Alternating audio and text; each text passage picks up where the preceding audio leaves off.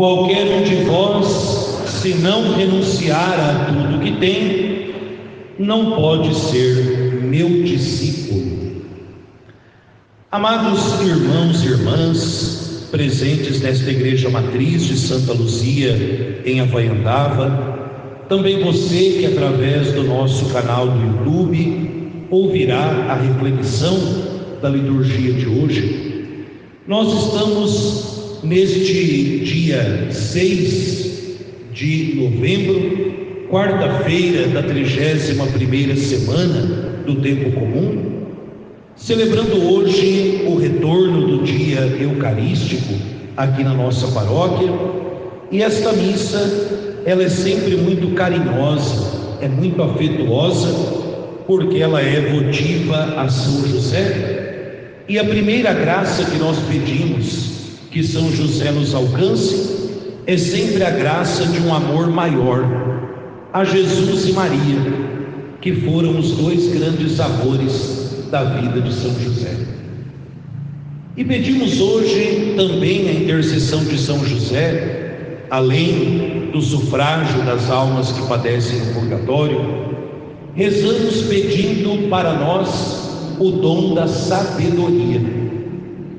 Nós estamos acompanhando o Evangelho segundo São Lucas durante a semana, também a carta de São Paulo aos Filipenses, onde, sobretudo, desde ontem, a palavra de Deus vem nos falando sobre a sabedoria nas escolhas da vida. E tudo isso se casa muito bem com a oração da missa de hoje, quando nós pedimos a Deus que Ele nos conceda a liberdade para correr ao encontro das suas promessas. Só Deus nos quer livres. O diabo, através do pecado, deseja que nós sejamos eternamente escravos. Somente Deus, na sua bondade, na sua misericórdia, deseja que o ser humano, criado à sua imagem e semelhança, possa caminhar com liberdade nesse mundo e, abraçando Cristo, abraçando a fé da igreja, possa também viver na liberdade dos filhos e filhas de Deus. E ser livre, viver a liberdade, é muito mais difícil do que ser escravo. Sabiam disso? É muito fácil ser escravo se nós olhamos, por exemplo, um passarinho. Quando a gente pega um passarinho e o encarcera em uma gaiola, o que aquele passarinho tem que fazer? Ali ele tem água, ali ele tem a sua comida, ele tem a sua ração. Não tem liberdade, mas tem água, tem ração, igualzinho o povo cativeiro no Egito. Não tinha liberdade, era escravo do faraó, mas quando atravessaram aquele longo deserto rumo à terra prometida, eles prefeririam renunciar à liberdade para voltar a ser cativos do príncipe, do rei, do faraó do Egito. Basta recordarmos as vezes que o povo de Israel olha para Moisés e diz: por que nos tirastes do Egito para que a gente morra de fome? Melhor seria ter ficado lá, porque comíamos e bebíamos à vontade. A liberdade é um dom. A liberdade é uma graça. Mas Santa Teresa d'Ávila nos ensina: é justo que muito custe aquilo que muito vale. E a liberdade, ela tem o preço da nossa responsabilidade. A liberdade, ela tem o preço da sabedoria. São Paulo disse hoje, na primeira leitura, aos cristãos filipenses e também para nós: trabalhai para a vossa salvação. Ou seja, se eu preciso trabalhar pela minha salvação, significa que não é tão fácil assim. A salvação é dom, é graça, é misericórdia, é bondade de Deus, mas da minha parte exige uma resposta. Não uma resposta só com a boca, mas uma resposta com a minha vida inteira. E viver a liberdade dos filhos e filhas de Deus e correr ao encontro das promessas de Deus faz com que a gente pense bem: do que eu estou abrindo mão para poder caminhar nesta liberdade? Eu estou disposto a enfrentar os riscos dessa liberdade? A liturgia da palavra hoje para nós, muitas vezes escravos ainda do pecado, porque quem comete pecado mortal é escravo dele, e por isso é preciso nos aproximar do tribunal da misericórdia, que é o sacramento da confissão. A palavra de Deus hoje olha para nós como se nós fôssemos o passarinho e nos diz: olha, aqui existe a gaiola do pecado que te escraviza, mas o pecado te trata bem. O pecado te dá toda uma regalia. Olha o diabo quando vai tentar Jesus no deserto: se você me adorar, todos os reinos da terra serão teus. O diabo ele paparica. O diabo ele vai tomando conta, ele vai dando as coisas, mas te aprisiona. E no dia da sua morte, ele tranca a gaiola e joga a chave fora. É a condenação eterna. Para esse mesmo passarinho que somos nós, a palavra de Deus diz: olha esse jardim imenso. Aqui não existe grade, mas aqui existe árvores que produzem frutos. Tem ali uma piquinha d'água que você pode beber, mas você vai ter que começar a bater asa para um lado e para o outro, fugir do gato que vai querer pular na árvore para te pegar. Mas você vai ser livre. Vai dar trabalho, mas você vai ser livre. Será que vocês e eu optaríamos o preço da liberdade do jardim, ou o nosso comodismo ia optar a escravidão de uma gaiola? Por isso, diante da promessa de Deus, é preciso que a gente renuncie a tantas coisas. Renunciar não é apenas para o padre, o consagrado, a consagrada, a freira. Renunciar é para todo e qualquer cristão que deseja viver a vida cristã. Renunciar não significa apenas abrir mão. No meu caso, sim, eu abri mão da minha família, da minha irmã, do meu pai, do meu cunhado. Estão longe. Abre mão de fazer o que eu quero da minha vida. Eu prometi obediência e assim por diante. Mas renunciar para todos nós significa dar o lugar certo para todas as coisas. Jesus no Evangelho não manda ninguém abandonar pai e mãe e deixar pai e mãe morrendo à rua. Pelo contrário, isso é até pecado mortal.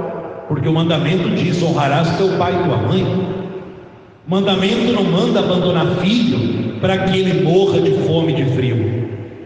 Mas diante de Cristo e diante de qualquer ser humano, eu preciso priorizar Cristo na minha vida, que é o mesmo sentido do Evangelho de ontem, da parábola do banquete.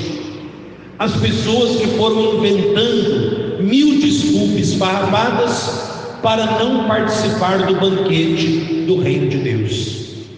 comprei 5 juntas de bois, acabei de me casar,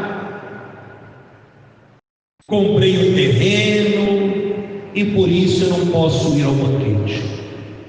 Tudo coisa boa, tudo coisa lícita, tudo coisa justa, mas que se tornaram empecilho para aquelas pessoas participarem do banquete.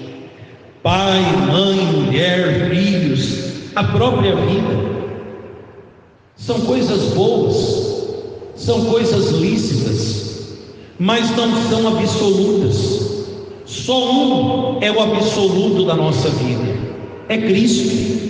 E por causa de Cristo, eu preciso amar a minha própria vida, amar as pessoas, amar esse mundo do jeito certo e na medida certa. Se o amor de Cristo ele não estiver no lugar certo da minha vida, guardem isso, irmãos e irmãs. Se o amor de Cristo, se o amor por Cristo não for a prioridade na minha vida, nenhum outro amor desse mundo vai ter sentido. Se você por primeiro não ama Cristo, você não ama a sua família direito. Se você por primeiro não ama Cristo, você não vai conseguir amar o seu trabalho direito. Se você por primeiro não ama Cristo, você não vai amar a sua comunidade direito. Por isso muita gente vai desistindo das coisas. Quando o amor de Cristo ele não está enraizado, priorizado na minha vida, como ordena o primeiro mandamento da lei de Deus: amarás o Senhor teu Deus acima e sobre todas as coisas. Se eu não sou capaz de dar prioridade a Deus no meu dia a dia, na minha semana, como é que eu vou amar as pessoas do jeito certo? Aí perdoar fica difícil, conviver fica difícil, buscar a santidade fica difícil, porque é claro, quando eu coloco o amor de Cristo depois de tantas coisas, como é que ele vai ser o absoluto? Já São Bento Abade, ele nos diz na sua regra beneditina: nada antepor ao amor de Cristo, porque é o amor de Cristo que vai dar sentido a todas as outras relações que a gente tenha com esse mundo. Esse ano, se Deus me conservar a vida em dezembro, eu quero fazer 10 anos de padre. E alguém me perguntava esses dias: padre, o senhor foi ser padre por causa do povo? Eu percebi que a pessoa não gostou muito da resposta, e eu falei, não, eu fui ser padre por causa de Cristo, com ou sem povo. Quando nós escolhemos Cristo, nós acabamos escolhendo aqueles que Cristo também escolhe. E eu não tenho dúvida que o Cristo bom pastor escolheu vocês. Como eu escolhi ele por primeiro, ao escolher seguir a Cristo, automaticamente eu aceitei amar vocês. Mas se eu tivesse partido do povo, talvez eu não amasse Jesus Cristo. Ô louco, padre! Ora, não existe pior mentira do que aquela que diz: voz do povo, voz de Deus. Foi o povo que pediu a morte de Jesus. O que não começa em Cristo, não termina em Cristo. Quer amar sua família direito? Ame a Jesus primeiro. Quer amar a sua comunidade direito? Ame a Jesus por primeiro. E Ele, a razão de ser de todas as coisas, vai colocar ordem nos nossos amores, e vocês verão que nós não vamos deixar de amar ninguém. Pelo contrário, a gente vai amar do jeito certo. Peçamos essa graça por intercessão de São José, ele que amou a Jesus e Maria nessa terra e segue amando com perfeição do céu. Que São José coloque no meu, no seu coração, o amor de Cristo como prioridade.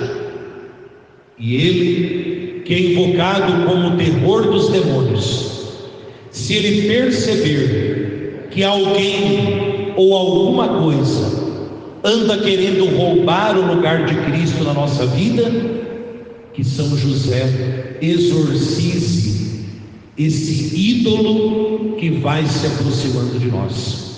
Que São José expulse do nosso coração tudo aquilo que deseja competir com o lugar único de Cristo na minha vida, na vida de vocês, na vida da igreja e na vida das famílias.